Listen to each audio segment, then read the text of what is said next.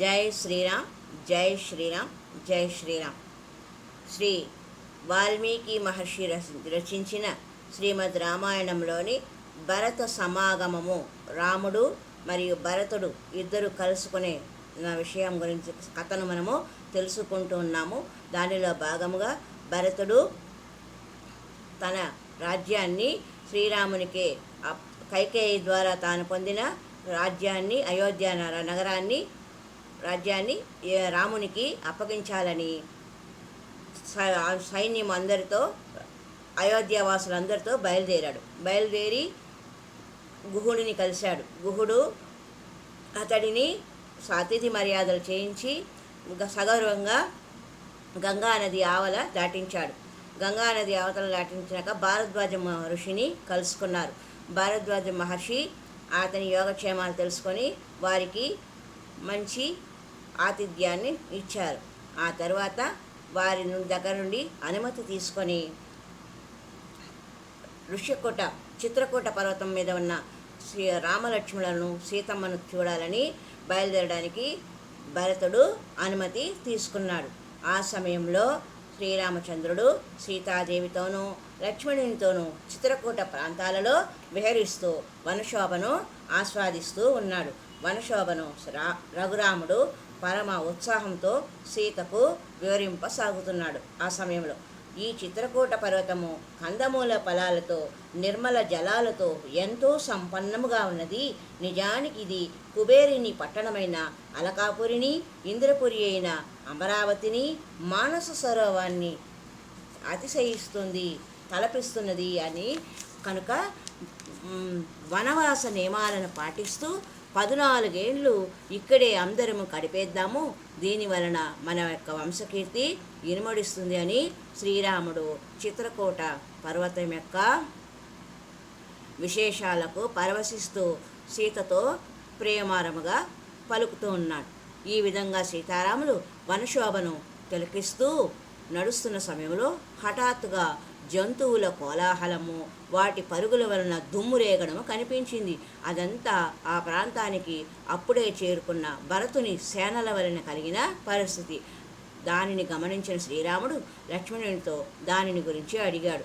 అడవిలో సేనా సంచారం వల్లనే అదంతా జరిగిందని అర్థం చేసుకున్న రఘురాముడు ఆ సేన ఎవరిదో తెలుసుకోమని చెప్పాడు. లక్ష్మణుడు వెంటనే ఎత్తైన మద్ది చెట్టు ఎక్కి చుట్టూ తేరిపార చూసి ధ్వజ చిహ్నాలను చూసి అది భరతుని సేనయేనని నిశ్చయించుకున్నాడు. శ్రీరామునికి ఆ వివరాలు తెలియజేశాడు. తమ రాజ్యాన్ని ఛేదించుకోవడమే కాకుండా తమను కూడా వనములో సంహరించి శాశ్వతంగా రాజ్యపాలన చేయాలని భరతుడు సంకల్పించినట్లుగా కనిపిస్తున్నదని లక్ష్మణుడు కోపంతో పలికాడు. అప్పుడు శ్రీరాముడు తన సోదరిని శాంతింపజేసి భరతునిలో అటువంటి చెడుగుణమే లేదని పరిపేర విధాలుగా నచ్చ చెప్పాడు. శ్రీరాముని మాటలు వినిన లక్ష్మణుడు తన శంకను తొలగించుకొని తన దురాలోచనకు సిగ్గుపడ్డాడు. సాక్షాత్తుగా మన తండ్రియే మనల్ని చూడడానికి వస్తున్నాడని నేను అనుకుంటానని లక్ష్మణుడు పలికి శ్రీరాముని చెంత చేతులు జోడించి నిలబడ్డాడు. ఈలోగా భరతుడు చిత్రకూట పర్వత ప్రాంతంలో శ్రీరాముడు నివసించి ఉన్న ఆశ్రమ ప్రాంతానికి శత్రుఘ్నునితోనూ, గుహునితోనూ, వశిష్ఠాదులతోనూ కలిసి చేరుకున్నాడు. శ్రీరాముని దర్శించాలనే ఆతురతతో భరతుడు పరిపరి విధాలుగా తన సోదరుని గురించే తలపోస్తూ నోటితో దివ్య మహిమలను గానం చేస్తూ ముందుకు సాగుతున్నాడు. అతని నేత్రాలు శ్రీరామ అన్వేషణలో మునిగి ఉన్నాయి. హఠాత్తుగా అతనికి నారచీరలు ధరించి జింక చర్మాన్ని ఉత్తరీయంగా కప్పుకొని జటాధారి అయిన శ్రీరాముడు దివ్యశోభలతో ఒకచోట ఆసీనుడై కనిపించాడు. కుశగ్రాస ఆసనముపై ఆసీనుడై ఉన్న శ్రీరాముడు సీతాదేవితోనూ లక్ష్మణునితోనూ ఉన్నాడు. ఆ రూపంలో శ్రీరాముని దర్శించగానే భరతుడు శోకమోహాలలో మునిగిపోయి పరుగులతో తన ప్రభువు చెంతకు చేరుకున్నాడు. అతని హృదయంలో నుండి పెళ్ళుబుకిన దుఃఖము ఎంతకు ఆగడంలే, నోట మాట రావడం లేదు. చివరకు భారమైన హృదయంతో భరతుడు, అయ్యో, నిండు సభలో పురజనులతో సేవలు స్వీకరించవలసిన మా అన్నగారు నేడు అడవి జంతువులచే సేవించబడుతున్నాడు. పీతాంబరాలు కట్టవలసిన నా ప్రభువు నారవస్త్రాలు ధరిస్తున్నాడు. అంతఃపురంలో సుఖాలను అనుభవించవలసిన రఘురాముడు తపోదీక్షలో నెలకొన్నాడు. ఆహా, నేనెంతటి క్రూరుడను, నా జీవితం లోకనింద్యమైనది. ఇది పూర్తిగా నిరర్థకమైంది అని పట్టరాని దుఃఖంతో బలవంతంగా మాట్లాడాడు. ఆ విధముగా పలుకుతూనే అతడు శ్రీరాముని పాదపద్మాలపై పడిపోయాడు. స్వామి అన్నా అని మధ్య మధ్యలో అంటున్నాడే తప్ప ఏ మాట గొంతు నుండి పెగలడం లేదు. ఇలాగా శత్రుఘ్నుడు కూడా ఏడుస్తూ అన్నగారి పాదాల మీద పడ్డాడు. అప్పుడు శ్రీరాముడు సోదరులు ఇద్దరిని ఎత్తి ఒకే మారుగా తన హక్కును ఏడ్చుకొని ఏడవసాగినాడు. ఆ మహానుభావుని కళ్ళ నుండి ఆశ్రుదారులు కారసాగాయి. లక్ష్మణుడు కూడా తన ముగ్గురు సోదరుల ప్రేమాతిశయాన్ని తట్టుకోలేక వారితో చేరి ఏడవసాగినాడు. సోదర భావంలో సాగుతున్న ఆ ప్రేమ వర్షాన్ని తిలకించి పూర్తిగా చిత్రకూట వనమే రంజించింది.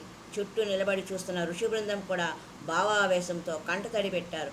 ఆ విధముగా శ్రీరామ భరత సమాగమము అరణ్యంలో భావపూర్ణంగా జరిగినది. సర్వత్రా ప్రేమభావము పొంగి పొరలినది. సోదర ప్రేమ అంటే ఎలా ఉంటుందో చూడాలంటే త్రేతాయుగ కాలం నాటి శ్రీరాముడు, లక్ష్మణుడు, భరతుడు, శత్రుఘ్నుల యొక్క సోదర భావాన్ని వాల్మీకి మహర్షి ఎంతో రమణీయంగా వర్ణించిన సందర్భం. హరి ఓం తత్సత్.